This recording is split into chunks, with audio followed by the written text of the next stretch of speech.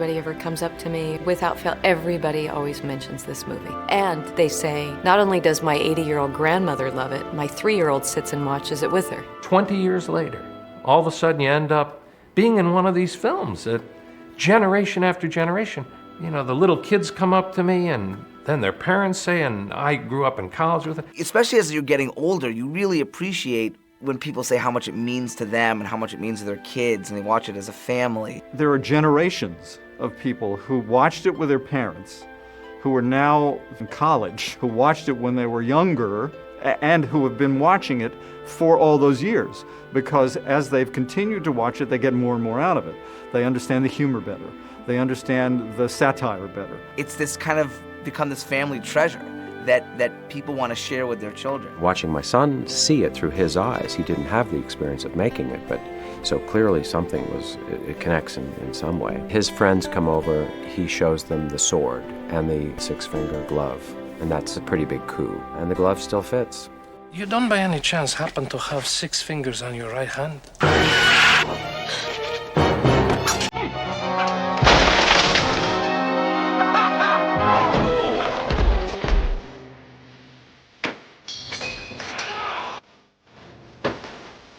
Let me explain. No, there is too much. Let me sum up. I remember like little snaps. I remember the room. I shot the whole movie in London, and my little bedroom part was shot at the end. And a lot of the stuff was still built. So they showed us all these sets with the miniatures, with the boats on the water, and these huge sound stages. I thought it was really, really cool. We were all housed in the same hotel, which is one of the great fun things about being on location, because it's like being away at camp. I got on the set, and it was just hooting and laughter, and Rob's hysterical. And everybody would sing. There was a lot of singing. Rob would sing. We'd have dinners bi-weekly where we'd all get together in somebody's hotel room. We'd go to a restaurant. We'd play games, and I recall that Jamie Lee Curtis had a cook pot in her room with Chris Guest, and they would cook stuff in their room, and I would cook stuff, and Robin, it was a real sort of wonderful kind of communal experience. It was movie camp. Just couldn't have been a gathering of nicer people doing something that they liked, dressing up, you know, playing. It was really fun.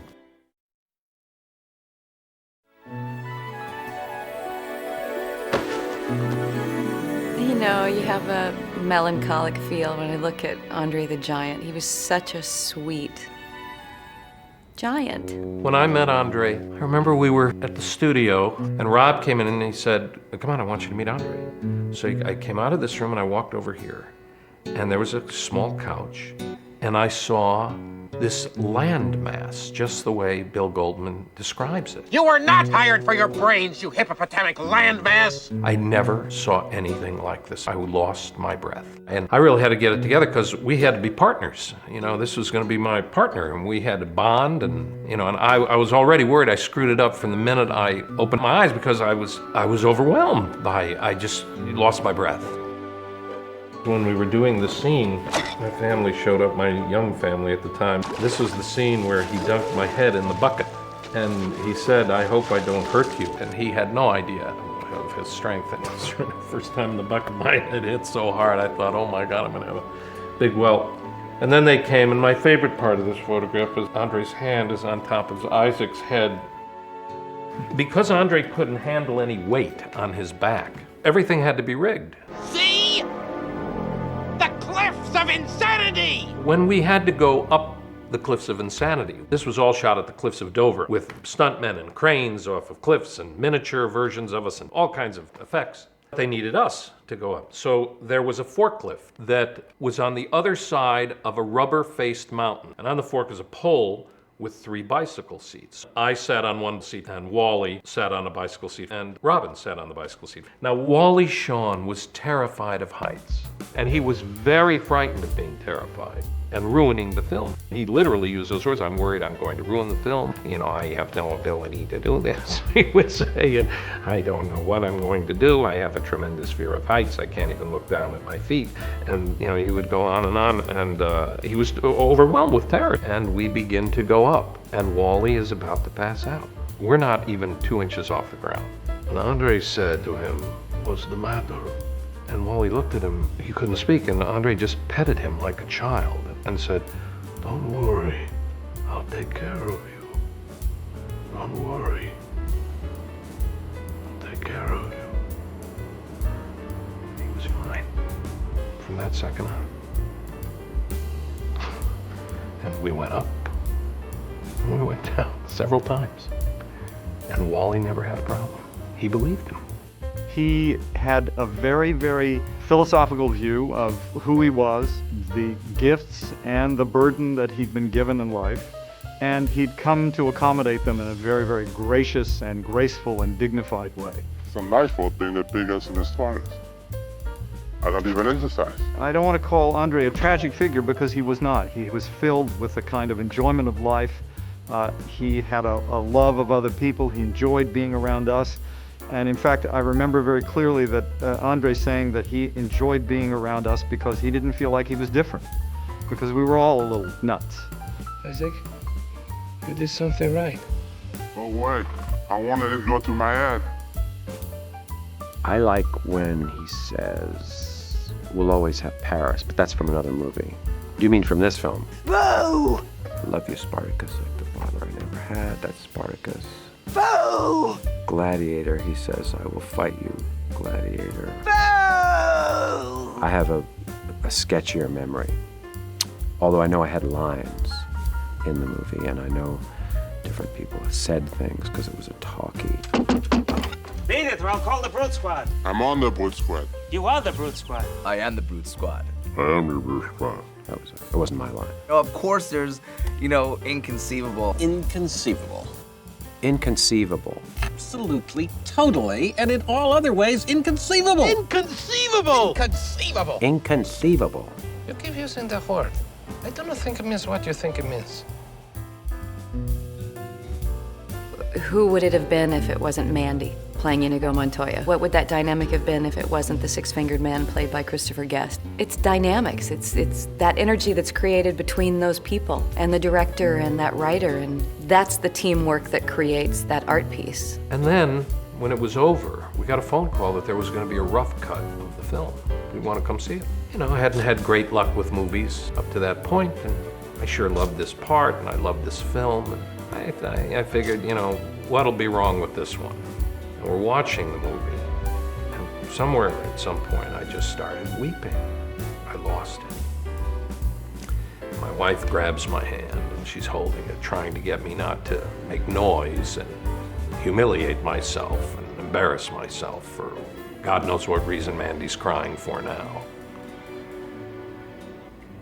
And I composed myself, and then the screening was over. It was right near the end, just as it was over, I think, and I composed myself.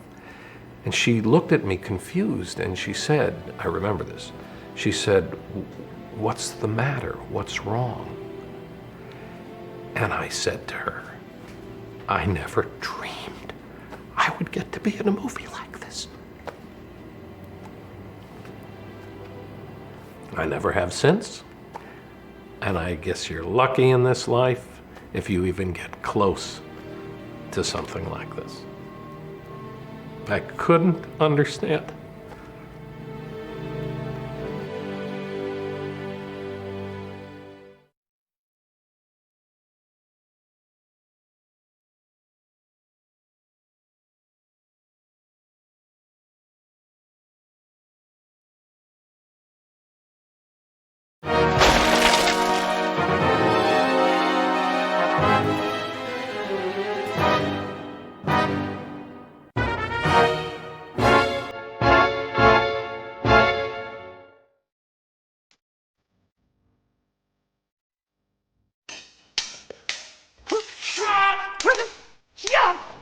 My name is Robert Goodwin.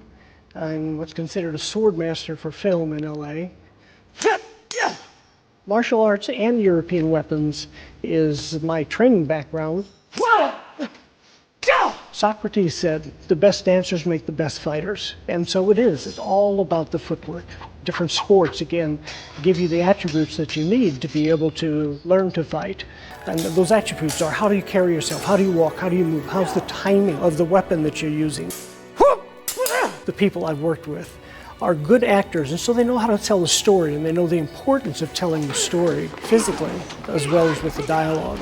Most people don't realize in a fight scene there's an arc to the fight, there's a beginning, a middle, and an end. There's a story being told, and that's what's important. How does the character tell that story physically? You ready then? Whether I am or not, you've been more than fair. To begin with, we have to pay homage to Mr. Bob Anderson, the swordmaster for the film. This gentleman's done a lot of wonderful films, but he gave everybody a wonderfully exciting fight. One that was a combination of some classic technique and Hollywood flash, shall we say. You seem a decent fellow. I hate to kill you. You seem a decent fellow.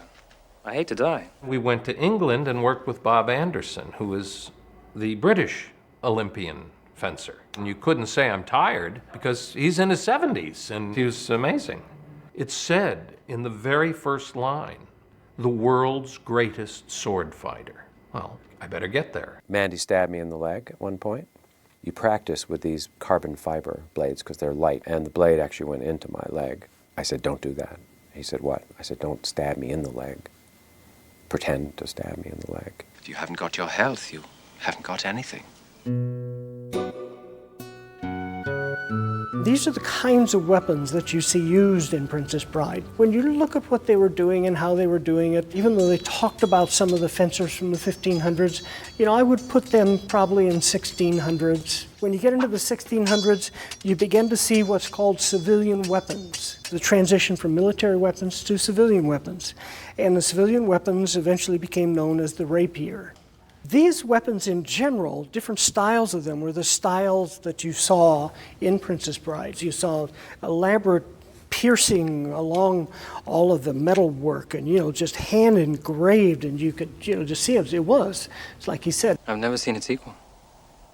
Wesley was using something closer to this, if I remember right. It's called sometimes a swept hilt. This portion, the hilt portion of the weapon, may have been handed down for 3-4 generations in your family. The blade in it is excellent. They have to be tempered, and tempering is what allows them to bend and then snap back. Okay? Because if they're too stiff, what happens is they break. One of the ways you tested if you visited a sword maker in 1650s is walk up to a wall, put the blade on the wall, and see how far it would bend. If it didn't straighten, it means it was a poorly made blade and you didn't want it. You have to remember, it wouldn't serve you in a duel, because that's what these weapons were for. They were for dueling. A duel is imposing your will on someone. It's not just flapping the sword around. And duels are fought for many reasons, and they're fought to different ends. Is it fought to first blood?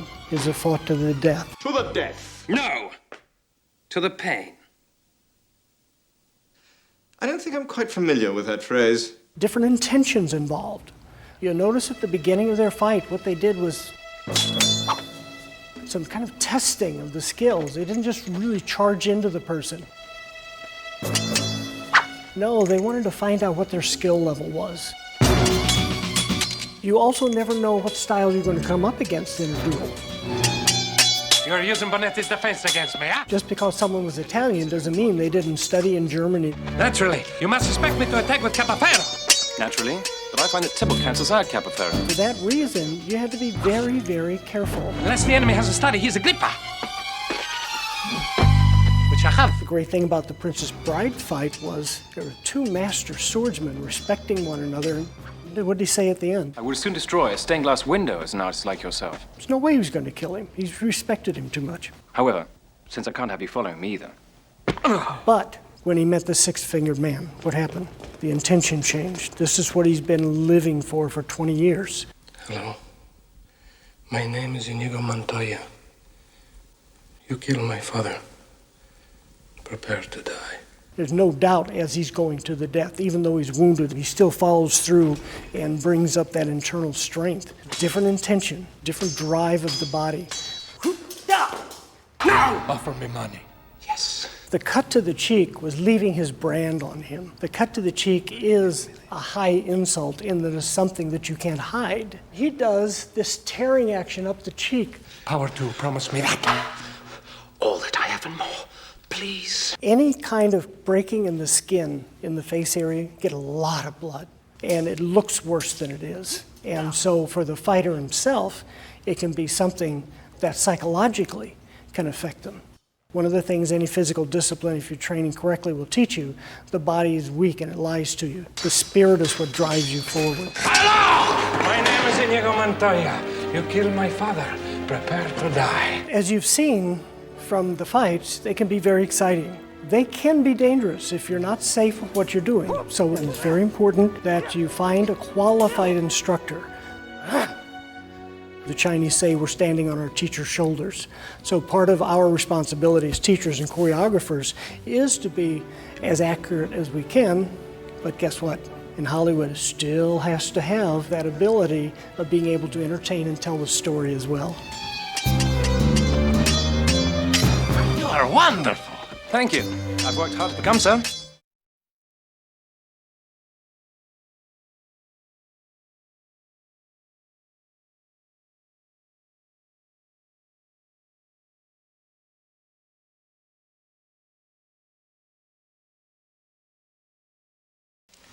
The Princess Bride by S. Morgenstern, Chapter 1. I was extremely taken with it at the time. It had a wonderful kind of combination to me of whimsy and at the same time seriousness and a kind of there was a darkness to it as well. That's the magic of that movie, is that it's fantastic enough to take place in another time, another world, another space, but it's honest enough that it could be real. And that's why I think it's so wonderful, is that it's fantasy as truth. This film is an icon. I think definitely it's not over. It's almost like you get a stamp of approval. You're being knighted. And this film has been knighted. It's a Sir Princess Bride, I think. I've always been fascinated by the way the fairy tales remain with us, why we continually turn to fairy tales, not only as children, but throughout our lives. It's the only literary or artistic genre that stays with us from birth to death. When you are born, your parents almost immediately begin reading or telling fairy tales. It was the book my father used to read to me when I was sick, and I used to read it to your father. And today I'm going to read it to you. There's been a big dispute about the origins of fairy tales. What is clear, however, is that the tales are really thousands of years old. They originated most likely in India and then spread throughout the world. But why they stay with us, why we like particular tales and so on, that to a certain extent remains a mystery. It's possible that there's something perhaps within us that predisposes us to particular tales because they help us in some way try to come to terms with very basic problems. Little Red Riding Hood, a tale that was told close to 400 years ago, is still very vital and important given the nature of our society where women are violated daily. One of the reasons that we're drawn to Cinderella is because of the fact that Cinderella really deals with a very deep problematic issue related to foster children or adopted children, or what happens when a mother or father dies and a child feels abandoned, and that the child is picked upon or humiliated by a stepmother or stepfather. Beauty and the Beast is another example. It has a great deal to do with how courting and marriages were arranged and still are arranged in the world today, that women are expected to do what their fathers want them to do. And so Beauty and the Beast, too, is a tale that reflects probably more of a social problem, but also a problem that involves a relationship between father and daughter. People respond to the folktales because they're germane to their instinctual lives, to their psychological lives, to their unconsciousness. Is there any sports in it? Are you kidding? Fencing, fighting, torture, revenge, giants, monsters, true love, miracles. Doesn't sound too bad. Obviously, The Princess Bride is made up of different fairy tales that William Goldman decides to patch together in a montage to create his own fairy tale. And you can glean different types of fairy tales that he's used to create his own highly original tale. One term that has been used for The Princess Bride, it's a type of fractured fairy tale. And that comes from Rocky and Bullwinkle. In the Rocky Bullwinkle TV shows, they would always have a little section of a fairy tale that they would tear apart, and it would become totally disjointed. Very innovative, very original, and certainly the Princess Bride fits into that category of a type of fractured fairy tale film. Of course, it's a spoof, a very gentle, tender spoof about true love. I always have tried to look for that single word or sentence or 3 words that something's about. And I called Rob to say, what on earth would that central nervous system be about The Princess Bride? How would you put that in one sentence? And he said, oh, that's easy. It's about a little boy who's sick and his grandpa comes over to read him a book to tell him that the most important thing in life is true love. If you think about it, that's what every single frame of the movie is. That's what every single character's wish is. They're all fighting for their version of true love. And of course, most fairy tales are considered to be about true love, how a prince finds a princess or how a princess finds the prince. I will always come for you. But how can you be sure? This is true love. The various motifs that Goldman uses is at the very beginning, the hero must go off into the world to find himself, to become rich, and so on, to become, let us say, to merit the princess. So he goes off, and of course he's captured by a pirate. So Goldman is also throwing in chivalric types of romances from the medieval period. And so the first motif is going off into the wilderness or into the world to prove yourself as a knight. In the meantime, she thinks he's dead. I will never love again. The number 3 plays a role constantly throughout the film. The hero generally needs 3 helpers at the beginning of the plot to help him to become famous or to rescue a princess or to do something worthy. Well, of course, Goldman has 3 evil guys. We are but poor, lost circus performers. So these 3 evil guys, who are not really terribly evil, are easily defeated by Wesley. And he then enters the forest. Of course, the forest is always dangerous. It's a place where anything can happen at any time. So the forest is definitely a fairy tale topos, a fairy tale motif. And in the forest, 3 things happen. The fires that flash up and are dangerous. The second thing is this lightning sand that they're almost killed in, and then the enormous rodents. And of course, Wesley manages to defeat.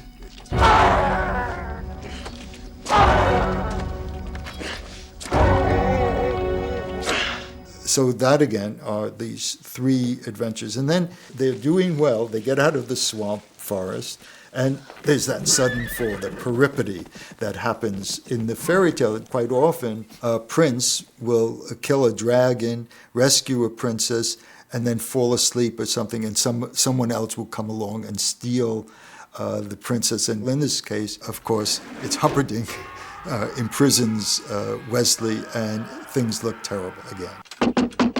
What? Are you the Miracle Max who worked for the king all those years? And of course, we get the wizard, Miracle Max, and his wife, who's a witch. Get back, witch! I'm not a witch, I'm your wife! Who give them the magic potion. Again, coming back to life was very common in fairy tales. They were always magic potions that you would rub on somebody, and then that person would be healed. In this case, it's a chocolate concoction of some kind that Miracle Max doesn't even know it's going to work, but he thinks it might work. Think it'll work? It would take a miracle. Grandpa, wait. Who kills Prince Humperdinck?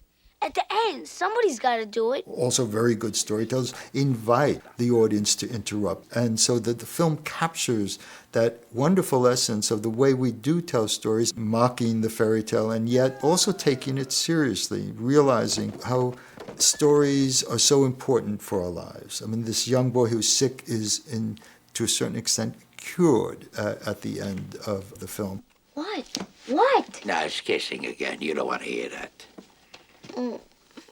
I don't mind so much. Stories belong to the people, belong to all of us. Stories really bring us together. They're part of our lives. And you really leave watching the film with a feeling of, yes, there is true love, even though it's being spoofed, that somehow it's a wonderful thought, it's a wonderful theme, it's a very uplifting film. Grandpa, maybe you could come over and read it again to me tomorrow. As you wish.